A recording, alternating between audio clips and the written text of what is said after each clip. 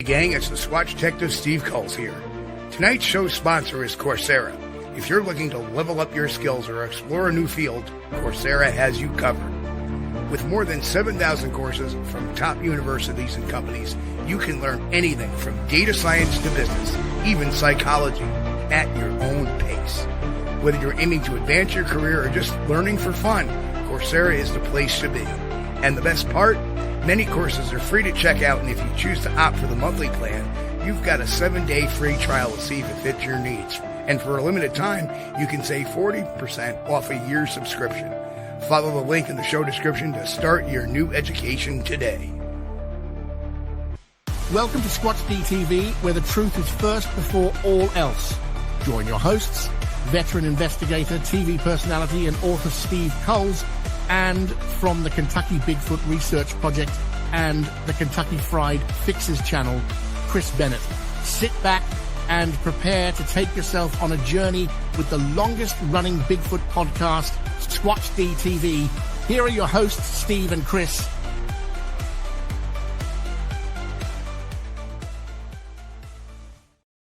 And good evening, cyberspace. Welcome to Squatch-D for today's date, November 12th.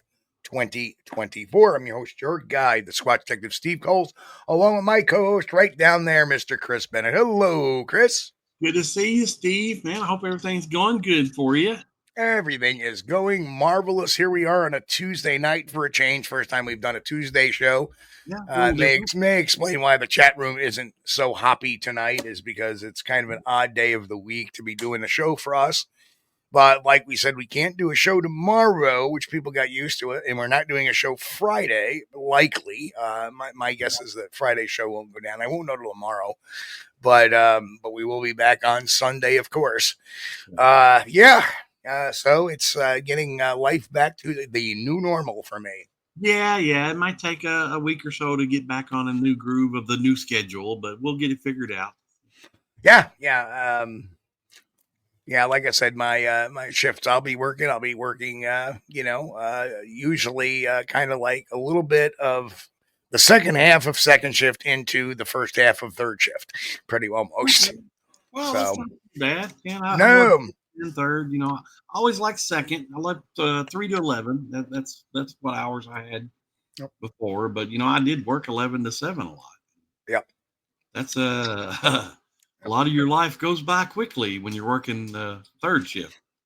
Yeah, I don't think so because, I'm up those times anyway. Yeah. So, like I said, I don't sleep very much. Yeah. And usually, my habit has been I'm usually up at 6 or 7 o'clock in the morning. I'm up till about 9 or 10 o'clock. I'll take a brief little nap to noon, and then I'm off and running for the rest of the day, usually till 1 o'clock, 2 o'clock in the morning. Yeah. So what I didn't like about third shift, working 11 p.m. to 7 a.m. was on your days off, like your Friday, you had to stay up. You couldn't go to sleep. After if you went to sleep, you slept your first day off. So you ended up getting one day off, really. Yeah, I think they got me. I'm usually getting off about 2 o'clock in the morning, which is not a huge deal. Yeah. And it's a nice, easy job, Mm-hmm. I'll be actually probably doing some show research while I'm doing my job because I have time to, listen to podcasts and listen and just enjoy my time. And hey, there's Mike from Tactical Bigfoot Research in as well. We haven't seen him in a while, but there he is. Let's do the roll call tonight while we're here. First in tonight today was Pete H, who said hello, guys. Timberline Camp said hello at 11 o'clock this morning. Rupee, I don't know who Rupee is, but he's like Bazinga. Well, hello, Rupee. Good to see you. Relic commenting from over the pond said he'll be catching the show tomorrow on replay. Thanks, Relic. Chet, why not? Hello, Chet. Good to see you. And Chet, you're new here. Welcome. Put your feet up. Relax. Put your feet up. Get some popcorn, your favorite beverage, and enjoy. Walter Kroll, hello, sir. Thank you for all you do. It's the Susie Monster in the house. Brian and Chewy go hiking in the house, too, and he's like, it's Taco Tuesday. And there's the Bat Mom. Hello, Bat Mom. Good to see you. Yo. And then there's Tactical Bigfoot Research Mike. Good to see you, my brother. And again, So here we all are, and people are filtering in a little bit late, so that's okay. Thank you guys for joining us on Tuesdays. I know this is not Yep. normal, but we Yep. appreciate you being here. And it's Yep. always a pleasure to have you guys hang out with us. So let's see. Any Bigfoot news that you have, Chris? I really don't have any today. Nothing. It's been really quiet. When I searched Google for Bigfoot news, it's like, it pops up the stuff about the bears and some kind of, few other odds and ends, but nothing I would consider worthy. I did hear this rumor that Rick Dyer is making the claim over there on TikTok that he's filming with Discovery. Oh, well, good. Maybe we got another Rick Dyer hoax coming up. I've been waiting for one.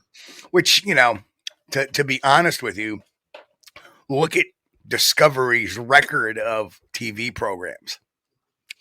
Well, they ran a lot. They ran a lot of good ones, but then they ran a lot of garbage ones too. Yeah. Special, Russian killer Yeti, the capture of Bigfoot, the Megalodon. Putting on Mountain Monsters, which is a good program. It's entertaining, but it's not real, and it alludes that it is real. So, again, it would surprise me not. And it doesn't, it doesn't matter. Nobody cares anymore about a lot of those shows on television anymore. Nobody even pays much attention to it. It's where folks. It's YouTube. It's what's bouncing around on social media. That's what matters now in the cryptid communities. They're working with Rick Dyer. Right. Should they be working on a Killing Bigfoot mockumentary? Well, they already had a show that was kind of very overproduced. It was called Killing Bigfoot. Mm-hmm. And that was from the GCBRO at one time. And people did not like that show. It only lasted about 5 or 6 episodes, and that got yanked. They had another fake show that, remember the Mississippi Skunk Ape video? They had that fake show, which that was another, it was just a Cajun version of Mountain Monsters. That didn't get picked up, I don't think, dude. No, that one only lasted 5 episodes as well. Okay. So they had Mountain Monsters, but anytime, and they tried with a Cajun version, they tried with an Alaskan version, and each time they failed. The Alaskan one was a little more successful, but it was one of the earlier ones, and then they decided, well, let's try, I forget what the name of the program is right now, but that was like Swamp Monsters or something like that, and that didn't come out too well. Yeah. And again, that was more phony witnesses, more phony videos, more all of that. So I have no clue as to what was that? Was it Bayou Monsters or Swamp Monsters? I know what you're talking about. I can't think of the exact name, but yeah. It was... Deb goes, wait, what day is this? Where am I? Who are you people?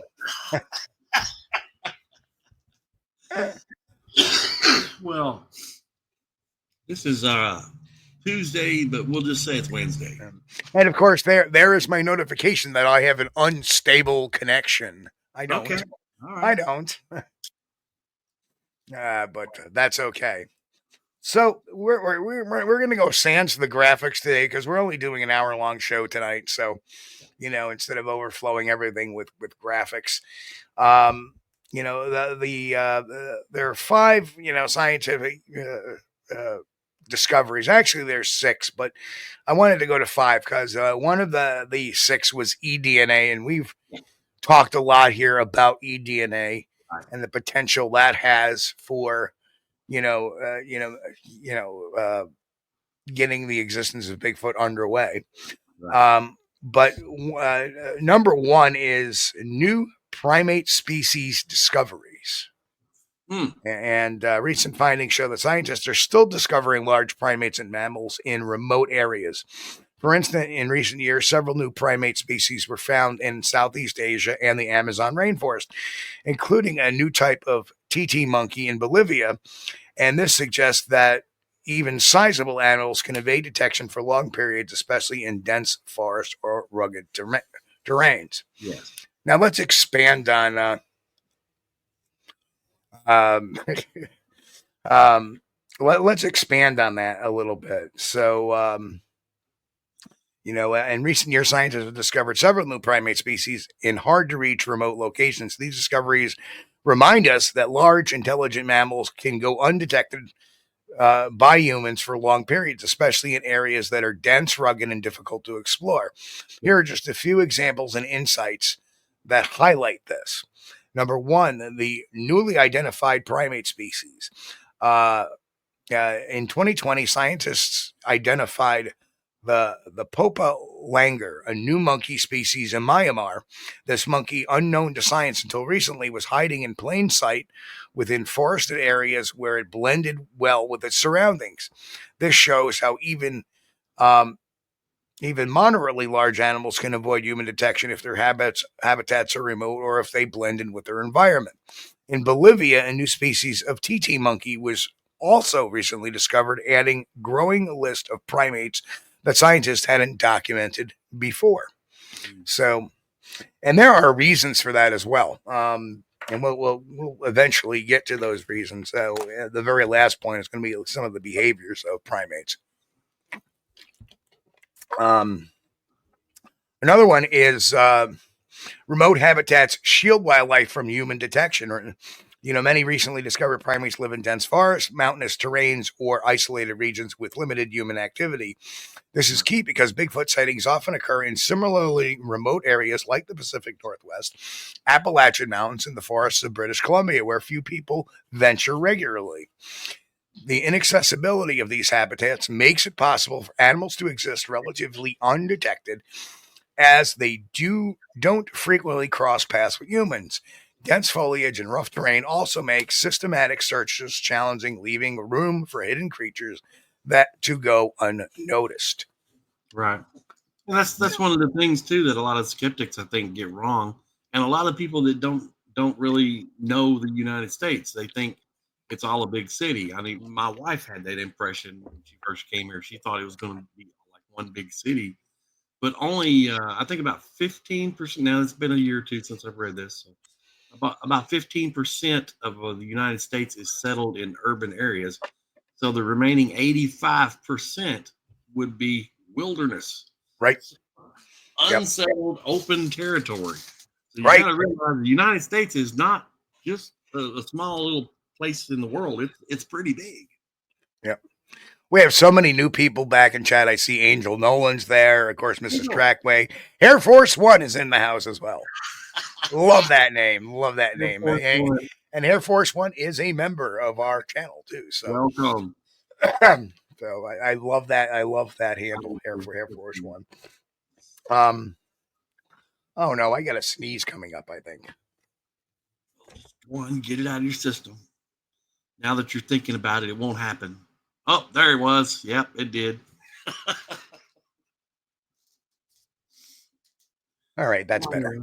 Yes. Well, for those who are watching us on iHeart, Sirius, Spotify, Spreaker, Deezer, Amazon, Audible, Castbox, Radio Public, yeah, you want to catch the sneezes live. Because while I did mute them, I didn't mute my camera out where I'm almost tipping over in my chair. All right.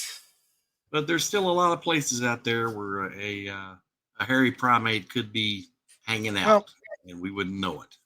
Well, before I started sneezing my head off, people think New York is, all a big city, right? Yeah. And it's not. New York is mainly dairy country, apple country, grape vineyards, a lot of dairy farms, lots of dairy. Alpaca farms. We have a lot of alpaca farms too for wool. Not only do we, there's sheep farms for wool, but there's alpaca farms for wool as well. And then to make matters even more interesting, is that New York is the third most populous state in the United States now. California being number one, Texas being number two now. Yeah. And it's expected that eventually Florida will surpass New York. Some years ago, I think it was, I drove up and down, I think it was Interstate 81 in New York quite a bit. And man, you guys got some hills and hollows up there, just like we do in Kentucky. Sure do. And if you think that's the hills and hollers there on 81, right, go a little bit more east when you're into the 6 million acres of the Adirondack State Park, where, right. I mean, you have, there are areas in the Adirondack State Park that challenge the mountain ranges in the Pacific Northwest. Yeah. You know, except the one difference is we don't have active volcanoes in New York. Whereas all the mountain ranges in the Pacific Northwest are generally volcanic. And of course, Mike says, come over to my side of the state. Yeah, the state's pretty remote too. In fact, we always mention that the first article written about a potential Bigfoot was the Wild Man of Sackett's Harbor. You know, back in 1818, Sackett's Harbor, New York, which is up close by where Mike is. Yeah. Behavioral adaptations that explain Bigfoot's elusiveness. Many primates are naturally cautious and secretive, especially in areas with human presence. Some are known to travel silently and avoid confrontation. This type of behavior could explain why Bigfoot, if it exists, might actively evade human contact. Additionally, some primates only come out at certain times of day or night, nocturnal behavior, which could make sightings rare and brief.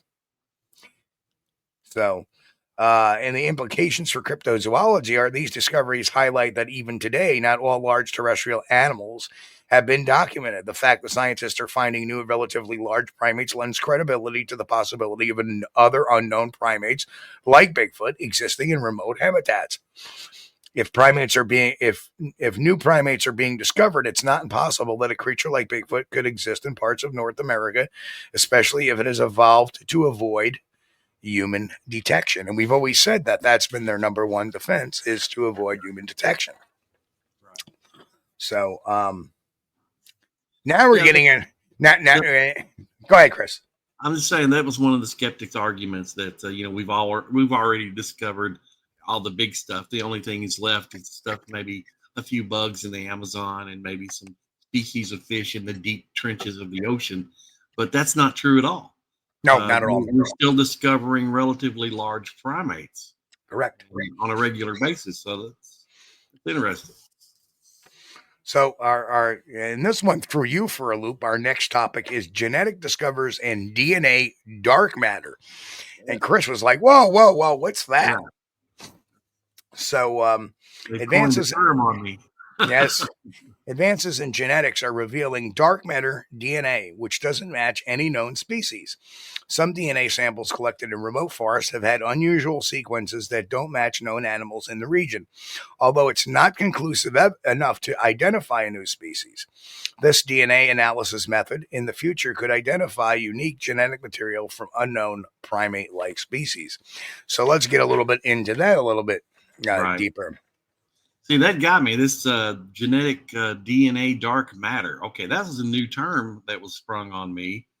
And, I'm familiar with the genetic research they did from the cave in Denisova, the Denisovan cave, and with the Homo erectus and the Neanderthal crossbreeding.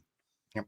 But, and also, while they were running that DNA, they come up with some samples of DNA, some fragments that were from some other line of ancient human or humanoid.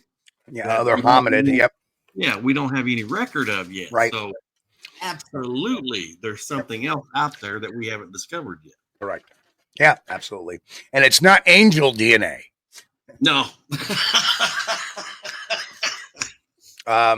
So advances in genetics and DNA analysis are revealing in some samples contain genetic sequences that do not match any known species.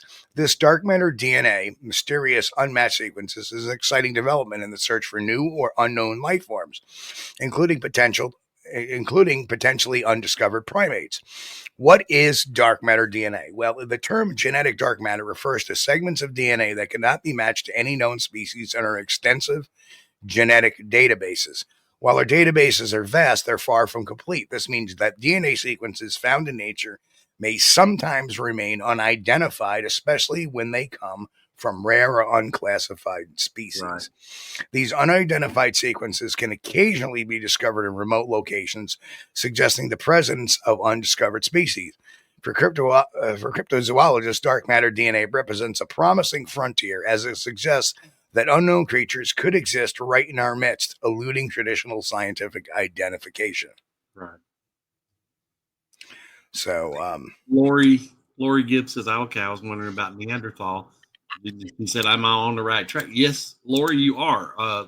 Regarding the Denisovan discoveries, there was an individual there that was a mixed breed which had Neanderthal DNA and Homo erectus, and also in that same individual was an ancient DNA fragment from some other hominid of some type. Yeah, and they have pretty much discovered, our missing links. So there are very few missing links, because when there was the missing link, Neanderthal had just been discovered. Denisovans or Denisovans, however you want to pronounce that, like Caribbean. Kentucky and New York. Tomato. They have, Denisovans weren't even a consideration when the term missing link was there. So between Denisovans and Neanderthal and Homo erectus, I think we pretty much have found the missing link. There is no more missing link. Well, but that doesn't mean our complete lineage is complete, though. Right. No, it just changed the way that we thought about Homo erectus and Neanderthals. We thought that the Homo erectus pretty much probably just killed them all out. That's what happened to them. Right. But that wasn't the case at all. No, they intermarried. Well, they found out a lot about Neanderthal. We used to right. Neanderthals were thought to be ignorant and not really the intelligent creatures. But more matter to the fact was that Neanderthals actually were just as smart as we were. Yeah. They used fire. They had rituals. They had language. They had everything that Homo sapiens did. So it's not quite sure why one survived out the other than, interbreeding and maybe some, other genetic things going on. One suggestion is that the Neanderthals didn't take the weather as good as Homo sapiens did.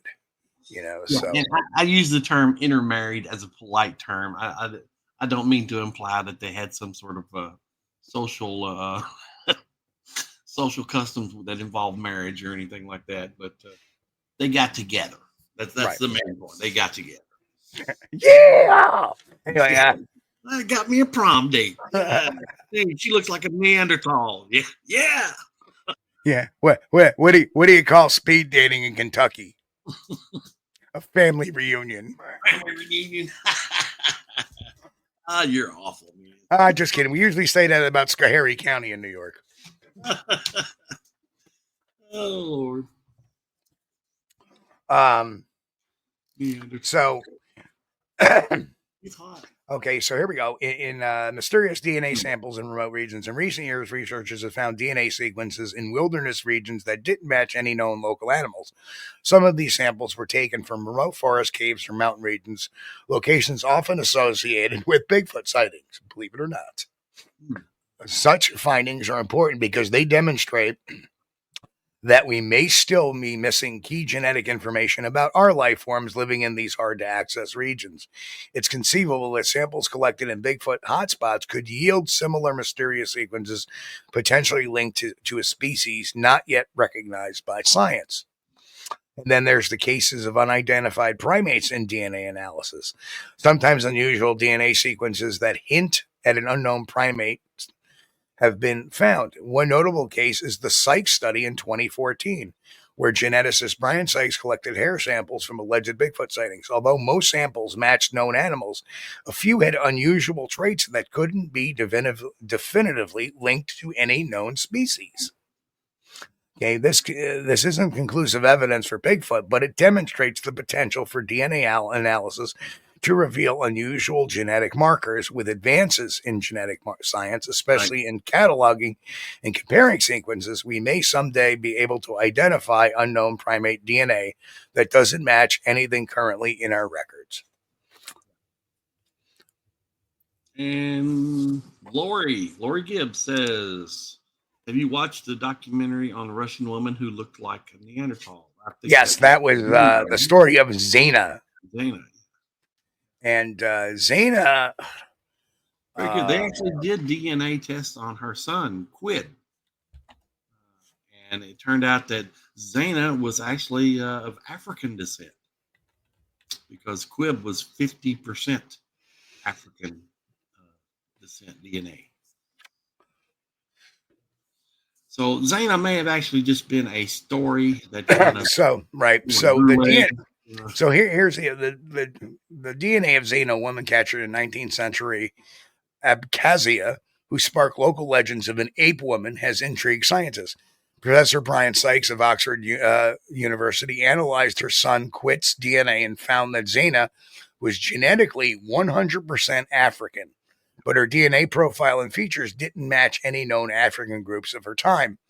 Her genetic lineage suggests a potential origin in West Africa, but with a long separation from other populations, possibly through migration over thousands of years into the Caucasus, maybe linked to the ancient trade routes or the Ottoman-era slave trade. Zena descendants show traits inherited from her, and her mitochondrial DNA places her closest to the East African L2B1b haplogroup, consistent with some East Central African populations. This mix of genetic and physical traits could have led locals to view her as non-human wild being, contributing to the myths of a Yeti Bigfoot-like creature in the Caucasus region. Zena's story ultimately illustrates how unique or misunderstood genetic ancestry can fuel myths, especially in isolated areas with limited knowledge of human variation. Yeah, I think that explained it all there. They had a limited knowledge and exposure to other races. So Zena was probably the first time anyone had ever seen a member of the black race, more than likely. And they were like, you know. Yeah. And there was a lot, and like you said, there was a lot of mixed family DNA. Yeah. So you would have like very rarely do you find anybody on the planet that has DNA that's strictly 100% African. Even if you were to take, anybody, say you take somebody from Nigeria and you test their DNA, you're going to find that they have some European blood in them. Because somewhere down the line, maybe 1,000 years ago, even 2,000 years ago, that's there was a interracial or inter DNA mixing. There was a prom date in there somewhere. Yeah, exactly. And then implications of genetic dark matter for Bigfoot research. Because DNA technology is still evolving, limits of what we can detect are expanding. In the near future, advanced genetic sequencing may allow us to revisit samples that were previously inconclusive. If a DNA sequence is discovered that indicates an unknown hominid or primate, it could be a major breakthrough in Bigfoot research. Researchers could use this genetic dark matter as a guide to focus their search on specific regions and habitats that align with Bigfoot sightings. Yeah. And then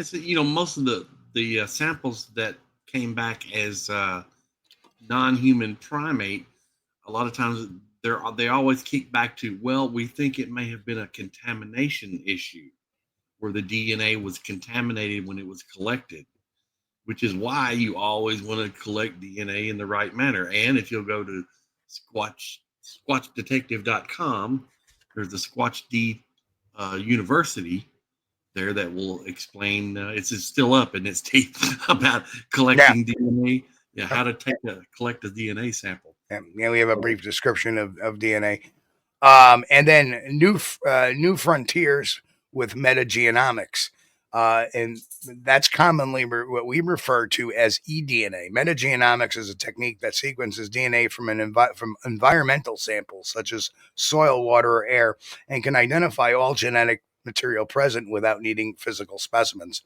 Using metagenomics, scientists have been able to detect elusive or previously unknown species in different ecosystems. Applying this to Bigfoot research could reveal DNA from an unidentified primate or hominin species in Bigfoot sighting hotspots, providing genetic clues that might support the existence of such a creature. Now, let me make something real clear. This says unidentified primate or hominin species, and just remember that hominins are primates.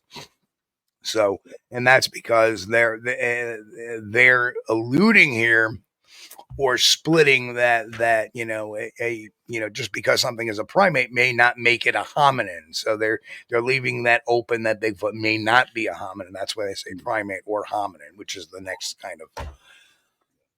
All right. I like a good banana, same as a chimpanzee.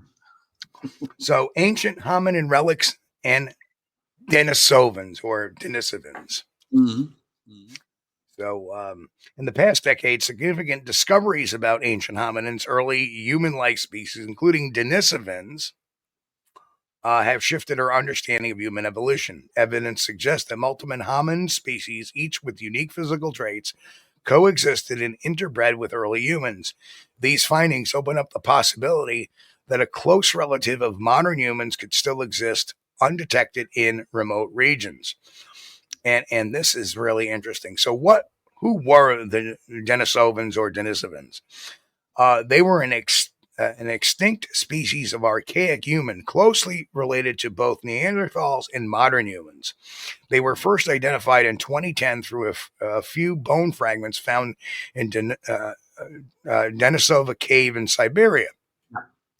Although a handful of Denisovan remains have been discovered, DNA analysis has confirmed that they contributed to the genetic makeup of some modern human populations, particularly in Asia and Oceania. They were Denisovans were large and robust, and some researchers believe they have adapted to a high altitude environments like the Himalayas. This suggests they could have a physical resilience that allowed them to live in harsh, secluded landscapes. And that is really, when you think about it, look at the Samoans. I mean, they inundated professional wrestling for so many years. And they were huge and massive looking, and Husky people, yes. Robust is a proper term. Mm-hmm. A lot of people thought that Yokozuna was Japanese, the professional wrestler Yokozuna. No, he actually was a Samoan, right? And he was Rodney Adney, and he was related to the Samoans, and he was related. They're all, the funny thing is that Rocky Johnson is related to the Samoans, as is, remember Alpha Sika, the Samoans, the tag team wrestlers, and then there was the other ones, Rikishi and all the others, and they are very, very robust human beings. Right. And of course, they were, like I said, they were suited for more harsher environments. Survival of hominins in remote regions. Evidence shows that Denisovans and other hominin species coexisted with modern humans in Asia until at least 40,000 years ago. Some researchers even suggest they may have survived longer in isolated regions, and that makes sense. Given that denisovans were physically robust and adept at living in rugged landscapes, it's plausible that a hominin lineage, either denisovan or denisovan-related species, could have continued to exist in remote areas, largely avoiding human contact. These ancient hominins may have evolved in ways that have allowed them to survive in regions humans rarely explored, such as dense forests, mountain terrains, and isolated valleys. So, unusual traits in ancient hominins that resemble Bigfoot descriptions. So, denisovans are thought to have been larger and possibly stronger than both Neanderthals and early modern humans. The physical description aligns with many reports of Bigfoot sightings, which describe a large, muscular, upright walking creature. Additionally, some few physical remnants we have, like robust finger bones and teeth, suggest denisovans were well adapted to life in rugged environments, a quality that might characterize a creature like Bigfoot if it exists. Genetic evidence of hominin interbreeding. So recent genetic research shows that denisovans interbred with other hominins, including modern humans, which means some denisovan traits could have been passed down through generations. Some populations in Asia, Australia, and Melanesia still carry small percentages of denisovan DNA, which could mean that denisovans or a denisovan-like population might have interbred with an early human populations in ways we're only beginning to understand. Interbreeding hints at a scenario in which a descendant or a close relative of denisovans might have survived in isolated populations. It raises the possibility that somewhere in secluded regions, hominins where distinct ancient physical traits could still exist. So, and this means a lot too for those ancient primate things like the Homo habilis and the Australopithecus afarensis, and I do believe that a lot of the later species that came out that are now extinct, I think they were a result of that interbreeding. Yeah. Well, and I hope Dr. Meldrum has been able to get out to the White Sands finds where they found the trackways of ancient humans there, and supposedly they were many thousands of years. They were made many thousands of years before modern humans were supposed to have entered North America. So that would be interesting. I've looked at some of those tracks, and they don't look like modern human. They're pretty neat. Cool stuff. So, but when what's her name? The Angel DNA Project. What's her name? Ketchum. Ketchum. Yeah, when Ketchum had a theory that these creatures may be a crossbreed or a hybrid, that may not have been too far fetched. Where she was going with it may have been, but there may be something to that. Kaiju Ninja 1985, who snuck in at some point, said, "Does this surprise you that we can't find any physical evidence or even a body of a Bigfoot creature from around the world? It's just odd to me how other Bigfoot species share that same elusiveness, or other hominin species." And that's very true. If you think about it, the Gigantopithecus existed, over 100,000 years ago, and all we've been able to find is a couple of jawbones and some teeth. There's never been a long bone found, never a vertebrae, never a skull, never a metatarsal or a metacarpal or any of that. None, zip, zing, just a couple of jawbones and some teeth. So it doesn't surprise me. And I think a lot of our, and I've heard some argument, the Southeast Asia soil is more acidic than that of North America. I don't buy that. I don't buy that at all. It may be acidic, but that doesn't necessarily mean anything, because as we know, if you're not burying your bodies, scavenger animals will grab those bones, chew them up, eat them. And that's been going on since, the first creatures walked the land. Yeah. So. But, one of the theories is the reason why Bigfoot may exist is because they live in the areas where we don't. They would see us as a competitor, and likely a way that by hanging around us, if they felt like they would go extinct, they would pretty much avoid us when any way possible. Right. That means moving into some of those areas where we don't live or we can't live. Well, think about it.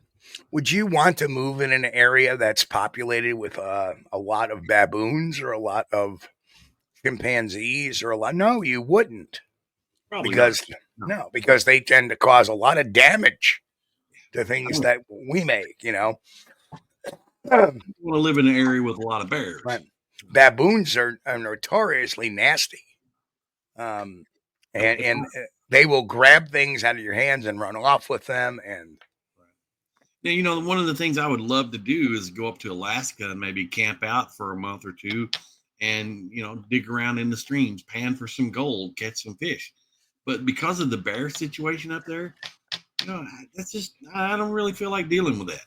Yeah, tempting fate. That's all you're doing. Yeah. Chris was doing good till he went to Alaska and got eaten by a bear. It was a big bear, though. No thanks. So we have number 4. We have Gigantopithecus and its and the existence of giant apes. Fossil evidence confirms the existence of Gigantopithecus, a giant ape that lived in Asia until around 300,000 years ago. Although no evidence suggests Gigantopithecus lived beyond that period, its existence shows that giant primates once roamed regions where Bigfoot sightings are common. Yeah. Some Bigfoot researchers argue that Bigfoot could be a descendant or a cousin species. So, with that being said, it's a genus of ape that lived in Asia, is one of the most compelling pieces of prehistoric evidence when discussing the potential existence of Bigfoot. The massive ape existed about until 300,000 years ago, overlapping in time with early humans, and offers a fascinating case for how a similar creature could survive into the present day. The Gigantopithecus was the largest known primate, standing an estimated 9 to 10 feet tall, weighing between 8 to 1,200 pounds. Fossils of Gigantopithecus have been primarily found in China, India, and Vietnam, indicating that this giant ape roamed parts of Asia. The ape was believed to be an herbivore, potentially eating bamboo and other vegetation similar to a panda's diet. This adaptation could have helped it thrive in dense forests where food sources are available year-round, even in mountainous regions. This forested habitats align with some of the locations associated with Bigfoot sightings. Gigantopithecus adaptations and survival in dense forests. They lived in tropical dense forests and may have been well suited to a secluded lifestyle, which could help explain why it wasn't discovered until fossilized remains were found much later. Large dense forests can be challenging to explore, meaning that creatures could survive relatively undisturbed if they stayed within these habitats. If a Gigantopithecus-like species managed to adapt and continue in remote forest regions of Asia, or even spread across land bridges in North America, it could feasibly evade human detection just as many elusive animals do today. And it goes into a little bit about similarity between descriptions. And this I find interesting. The mystery of Gigantopithecus's extinction. Say that fast 5 times. Yeah. Many scientists believe Gigantopithecus went extinct around 300,000 years ago, possibly due to climate change or competition for resources with early humans and other animals. However, some researchers believe that small populations of Gigantopithecus or a close relative could have survived longer in isolated environments, potentially evolving to adapt to new conditions. Since Gigantopithecus fossils are limited to fragments, primarily teeth and jawbones, we have little information about its full range of behavior. This lack of fossil evidence, combined with the isolated locations of many fossil finds, suggests that if a small population managed to survive in an unexplored region, we might not yet have found evidence of it. Right. So that's another great argument. Yeah, that's the interesting thing about Giganto is they were able to recreate a skull from, through fragments of jawbone and some teeth. Gigantostinction. That's what Jen. Hello, Jen. Yeah, welcome, Jen. And that was also Dr. Grover Kranz's best working theory that Bigfoot was actually Giganto. Right. Now, I've got to see some skulls that were recreated, gigantic skulls from that jawbone. And I got to say, I think it's a pretty good match. I think it's a pretty good match.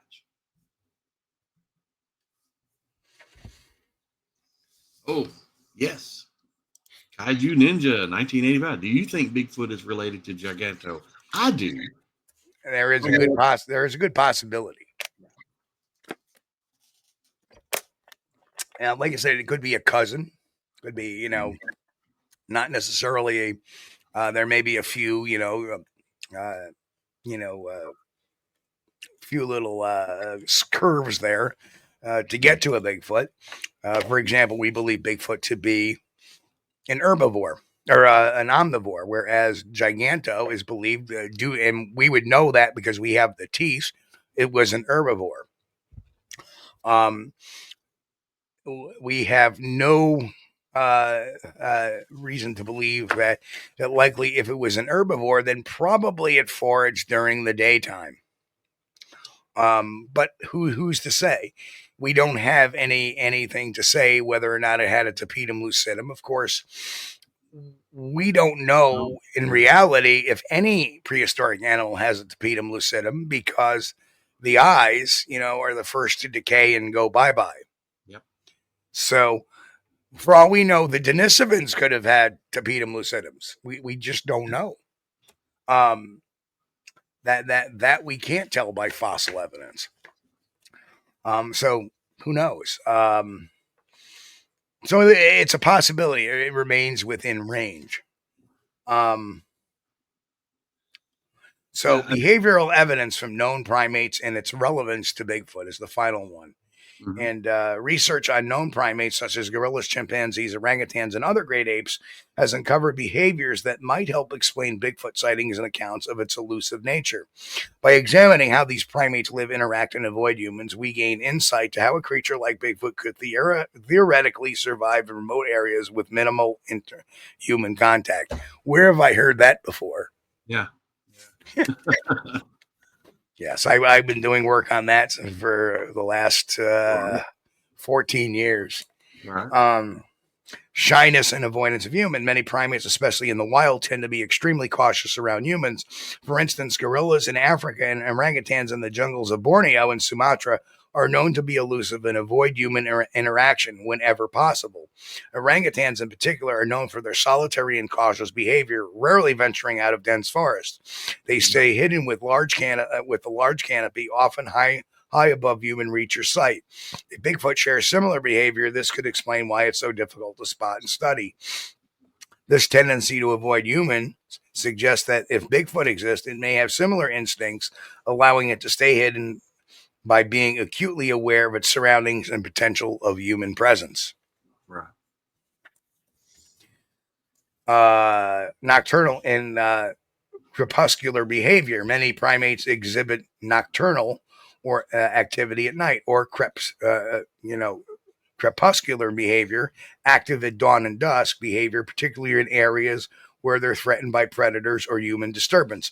For example, chimpanzees are primarily active during the day, but some populations in high-risk areas adapt to being active in low-light conditions to avoid encounters. There you go. Smart. Numerous Bigfoot sightings describe nighttime encounters or strange sounds and sightings at dusk or dawn, which would align with this type of behavior. If Bigfoot is primarily active during these times, it would greatly reduce its visibility to humans, which are less likely to be in the forest at night. Tool use and resourceful survival techniques. Great apes, especially chimpanzees and orangutans, have shown impressive resourcefulness by using tools, building nests, and foraging with specific techniques. For example, chimpanzees use sticks to extract termites and leaves to drink water. Gorillas build nests from leaves and branches in trees or on the ground each night to sleep. If Bigfoot exists, it may exhibit similar resourcefulness. Many reports from Bigfoot encounters describe broken tree limbs, rough shelters, and other signs of intelligent manipulation of the environment. These could be the potential signs of Bigfoot building makeshift structures or foraging in ways similar to great apes. Communication and vocalizations. Primates are known for their complex vocalizations. Now, here we get in this whole language thing. Remember, we were talking a little bit about that the other day. You know, what do you think of Scott Nels and stuff? Well, I think language using one source is kind of a stretch. And let's just say that that source is corrupted by human behavior. That's why you could derive a language from it, because if somebody decided to make a setup of human Bigfoot vocalizations, anthropomorphism might interact with that. And then if somebody comes in naively and does not look at it fully, may interpret that as language, because there is some roots of language in it because it was made by a human. So that has some anthropomorphic traits. So that's why, no, gorillas are not nocturnal. Actually, there are no nocturnal great apes that are known, but there are a dozen species of primates that are nocturnal. And those dozen species also have a tapetum lucidum, which gives it the eye shine. So primates are known for their complex vocalizations, which they use to communicate warnings, establish territories, and strengthen social bonds. Chimpanzees have specific calls for different situations, and gorillas can produce a range of vocalizations from grunts to high-pitched screams. Some recorded Bigfoot encounters include descriptions of loud guttural noises, howls, or even knocking on trees. These sounds could be an adaptation similar to the vocal and non-vocal communication used by known primates.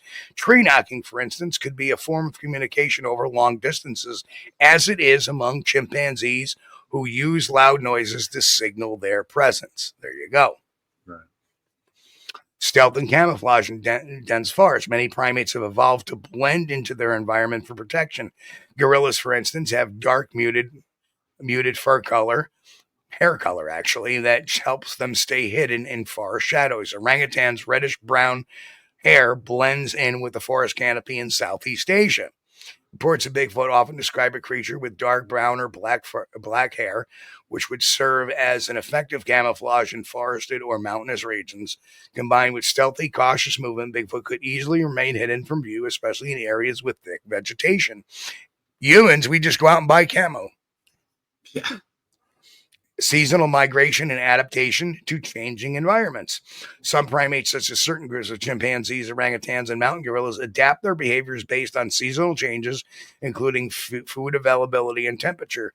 They may shift to higher elevation or deeper into forests to find food or avoid threats. We talk about that so much on this channel. Yeah. And, you know, like I've always talked about the late fall, early winter migration from the Sasquatch from the Adirondack State Park, at least on the eastern side, over to the Green Mountain National Forest. Right. If Bigfoot exists, it might exhibit similar migratory or adaptive behavior that could explain why sightings sometimes seem seasonal or occur in patterns, with reported sightings concentrated in certain areas at particular times of year. Such behavior would make it even harder for humans to track and find it consistently. Yeah. Finally, last thing we'll talk about tonight is the intelligence and problem-solving skills. Primates demonstrate high intelligence with problem-solving skills, which allow them to avoid predators, find food, and navigate their environments effectively. Apes, like chimpanzees and gorillas, are capable of complex thinking and can remember locations, understand social structures, and adapt to new challenges.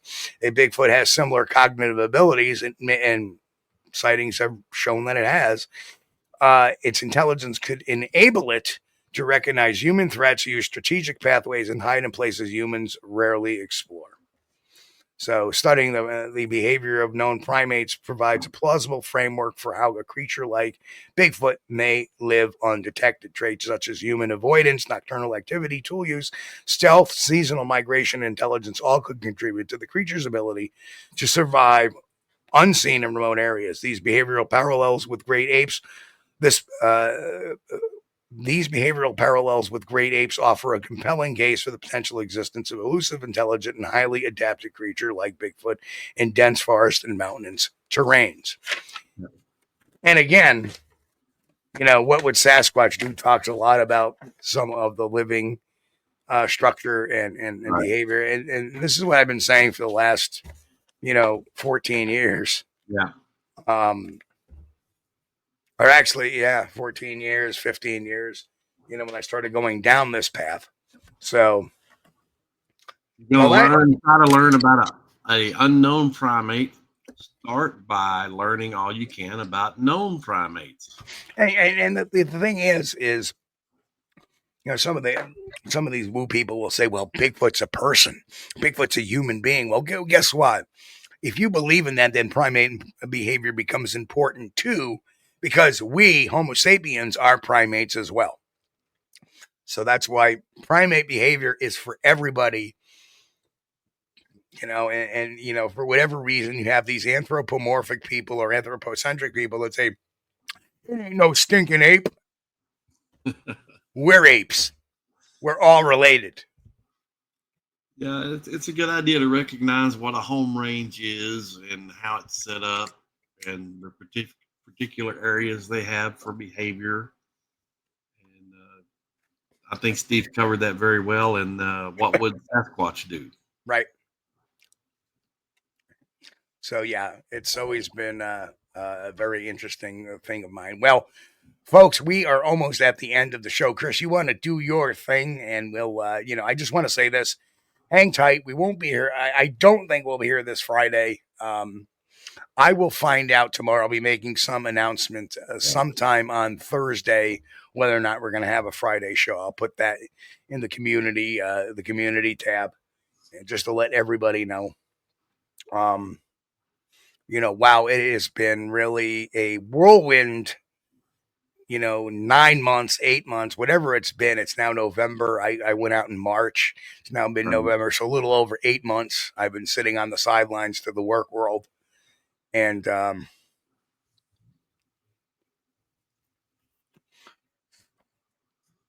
I just, what was I reading? Just some notes. Some of it was some Chat GPT, but I did, I did, put in some notes from other places as well.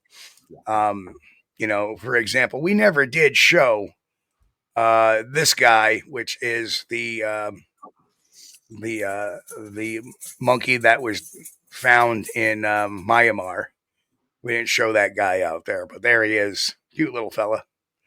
But there's only about 200 to 350 of them. So yeah.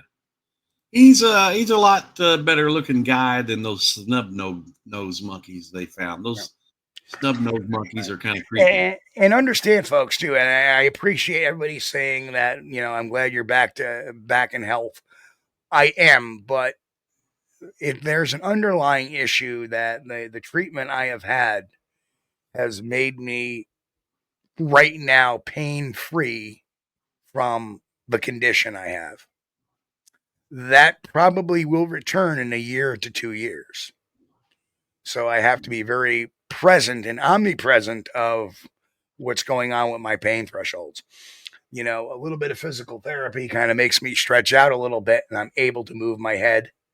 But what makes it more difficult is that the nerves that were burned to kill the pain, they will grow back. And it doesn't mean I'm necessarily pain-free at all times. I actually have pain sometimes on my other side of my neck, which I'm having right now for some strange reason. Watch yourself. Don't do anything silly. Nope. Don't hurt yourself. Well, between physical therapy and getting back into a physical weight regimen where I'm working out again, that could probably straighten me out. But so good deal. Well, but anyway, Chris, take us out, man. I want to thank everybody for joining us tonight and hanging out with us on a Tuesday. We really appreciate you having you hanging out with us. If you want to get up to some reading during the cold weather, check out the Denisovans. Check out the Denisova Cave online. You can find that information, and also check out the fossilized footprints they've been finding down in Alamogordo, New Mexico, which will be White Sands, New Mexico. That's a good one. But again, we want to thank you guys for joining us tonight. If it's your first time watching, I saw some new names in there. If you hadn't subscribed already, hit that button, subscribe, smash the like button. If you hadn't already, smash it on the way out. We appreciate each and every one of you, and we know we've got the best audience we could ever hope to have, and we're humbled to have you and tickled to death that you would want to hang out with us. We appreciate you guys. Thank you. And as always, again, thank you guys so much. And we will at least do. We're going to try to get a couple of shows in a week. Adding the second show at the beginning of the year was one of the greatest things I did. And believe it or not, I got used to doing 3 shows a week quite quickly and enjoyed the interaction with everybody. We have the greatest audience in the world. I love you guys. We love you guys. You guys are the best. And, we will be back Sunday night, 9 p.m. Eastern. So we will have 2 shows this week. And then we'll figure out next week, we will have that probably mapped out by the end of this week. So I don't know if I'm going to get a regular schedule or it'll be rotating. Not quite sure yet. We're going to find out. But we shall see. But anyway, folks, we'll catch you all Sunday night, 9 p.m. Eastern, right here on Squatch-D TV. Catch you all in a bit. Everybody be safe. God bless. And have a great week. Catch you all Sunday night. We thank you for being here with us on Squatch-D TV. If you haven't taken the time yet, please hit that like button and subscribe to the channel. And oh yes, hit that notification bell too. We don't want you to miss anything. If you really like our content, you should consider becoming a member. And it's really inexpensive and a great way to support not only the show, but honest Bigfoot research. Everyone have a great week. Be safe and God bless. We will see you all here next time on Squatch-D TV. Keep on squatching.